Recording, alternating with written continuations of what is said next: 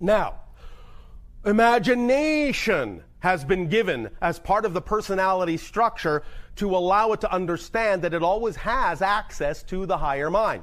Imagination is the conduit, the pipeline to the higher mind and from the higher mind.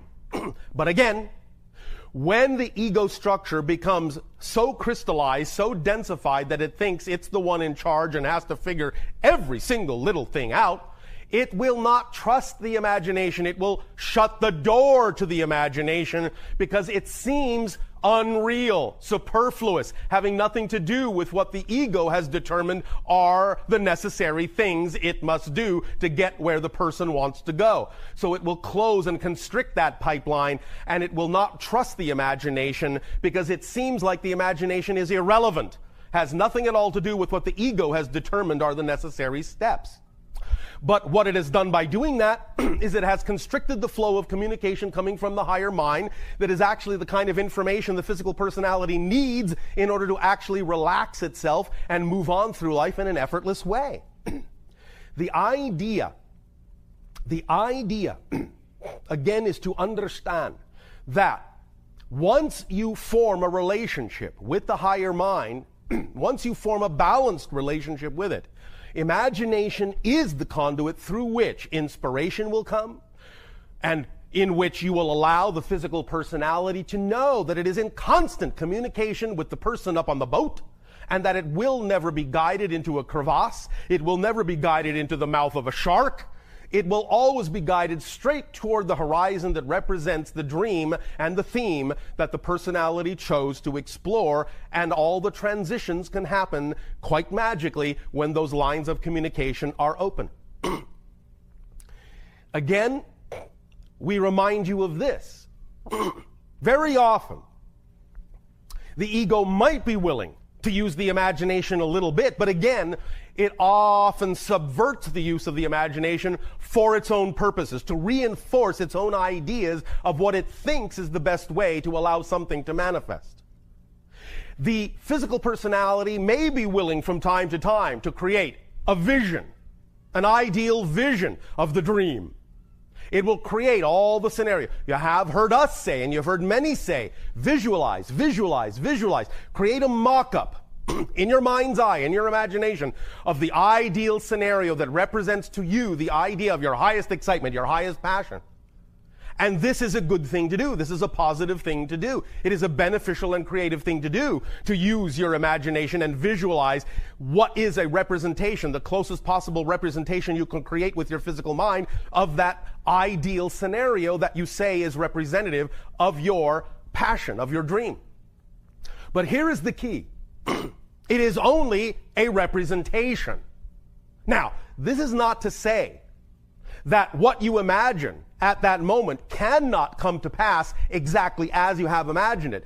Oftentimes, it happens exactly that way, and that is all well and good.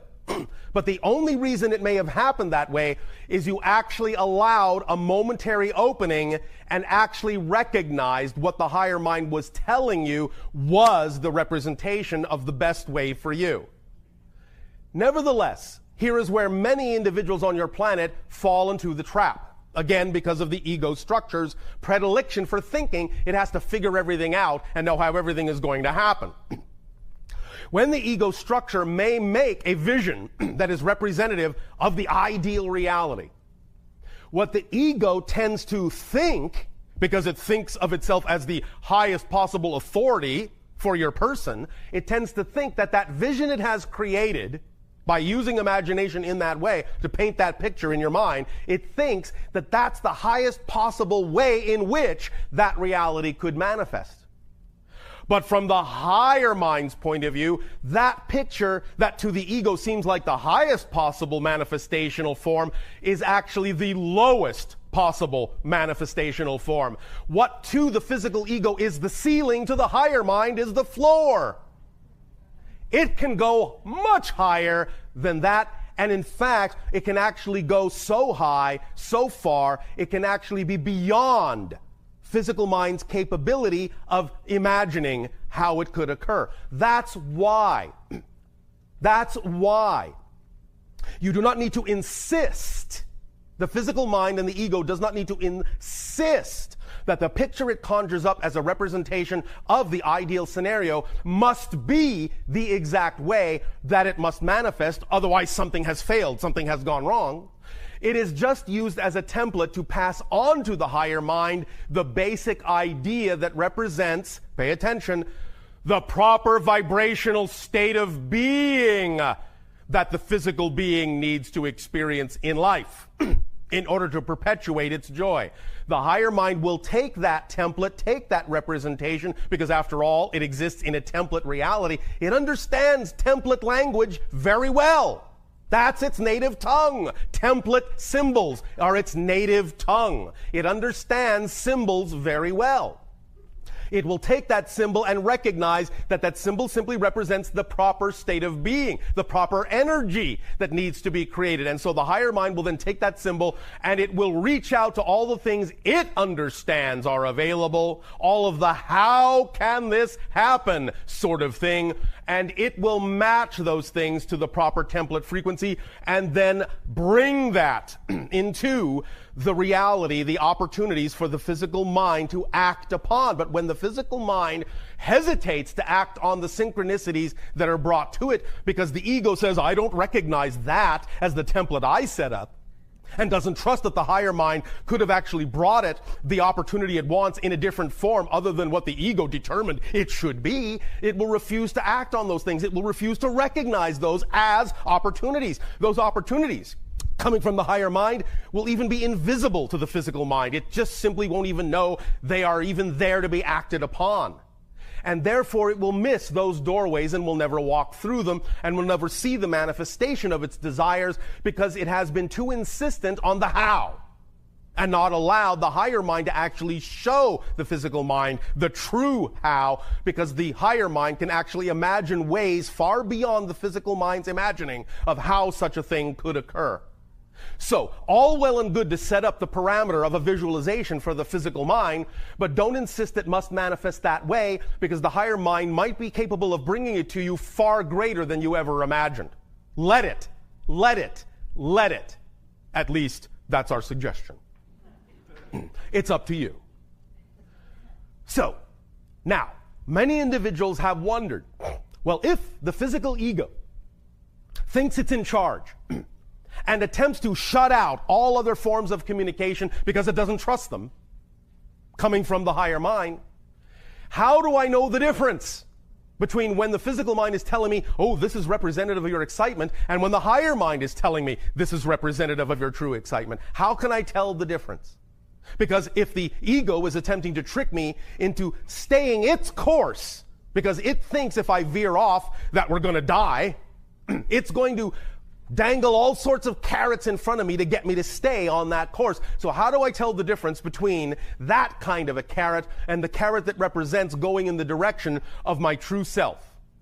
All right, fair question. It all comes down to what we have spoken of so often. It all comes down to excitement. It all comes down to passion. But again, we hear the ego saying, how can I tell the difference?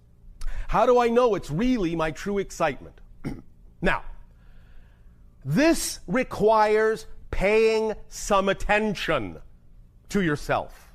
Really paying attention to the true feelings. It does require at least a modicum of willingness.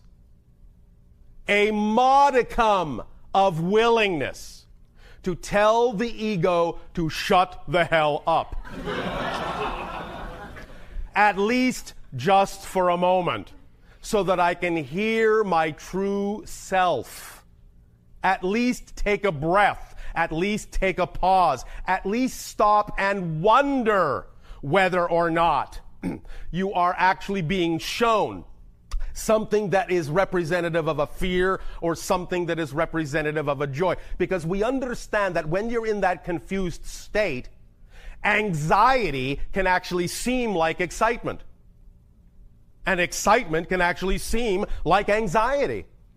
But this is why it's so critical to take that pause, to allow yourself to at least be in charge enough, be willing enough to tell the ego to be quiet for a moment so that you can get in touch with your inner being and tell the difference in the quality of the vibration of the emotion you are feeling at that moment with respect to the idea you are exploring. If you are quiet for that moment and willing to be open to be shown what it actually is, you will be able to tell the difference. You'll be able to develop the discernment of the difference between the vibration of fear and doubt and the vibration of joy and certainty. You will be able to tell the difference because that ability to tell the difference is built into you. It's built into your consciousness. And at that level, you all know the difference. But if the ego is making too much noise, if it's not allowing you to stop and think, it does that specifically to prevent you from being able to tell the difference, because it's afraid that if you tell the difference, it won't be in charge anymore. And to the ego, that means death, because it doesn't believe the higher self really exists. So, it's all about finding that space of balance and peace within yourself that will allow you, even if only just for a moment, to allow the ego to be quiet enough so that you can use the natural mechanism of balance within your being that will tell you what the flavor of the emotion you're feeling is, and thus, by identifying the flavor of the emotion, that will then put you in touch with what kind of belief and definition you would have to have in order to be generating that emotion. And then you will know whether it comes from the physical negative ego or from the higher self, whether it is representative of fear, whether it is representative of excitement. But you need that moment of quietude. You need that moment of solitude. You need that moment of peace. You have to be willing to step back. You have to be willing to let it be all right to not know what's going on at the moment.